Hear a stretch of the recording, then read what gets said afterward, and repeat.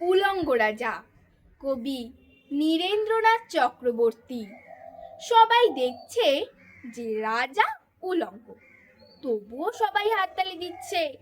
সবাই চেঁচিয়ে বলছে সাবাস সাবাস। কারো মনে সংস্কার, কারো ভয়, কেউ বা নিজের বুদ্ধি অন্য মানুষের কাছে বন্ধক দিয়েছে, কেউ বা পরান্নভোজী, কেউ কৃপা প্রার্থী, উমেদার প্রবঞ্চক। কেউ ভাবছে রাজবস্ত্র সত্যি অতীব সূক্ষ্ম, চোখে পড়ছে না যদিও, তবুও আছে। অন্তত থাকাটা কিছু অসম্ভব নয়।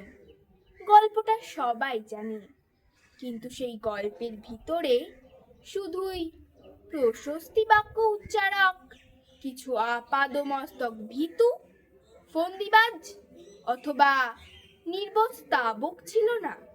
একটি শিশুও ছিল, সত্যবাদী, সরল, সাহসী একটি শিশু। নেমেছে গল্পের রাজা বাস্তবের প্রকাশ্য রাস্তায়। আবার হাততালি উঠছে মুহুর্মুহ, জমে উঠছে স্তাবক বৃন্দের ভিড়।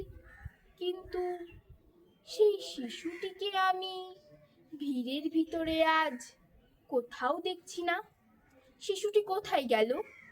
কেউ কি কোথাও তাকে কোনো পাহাড়ের গোপন গুহায় লুকিয়ে রেখেছে?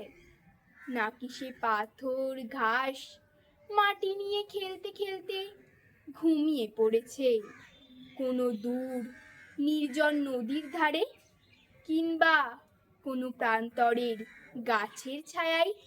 যাও, তাকে যেখান থেকেই হোক খুঁজে আনো।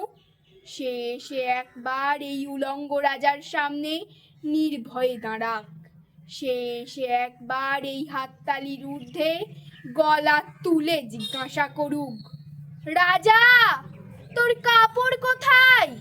নমস্কার।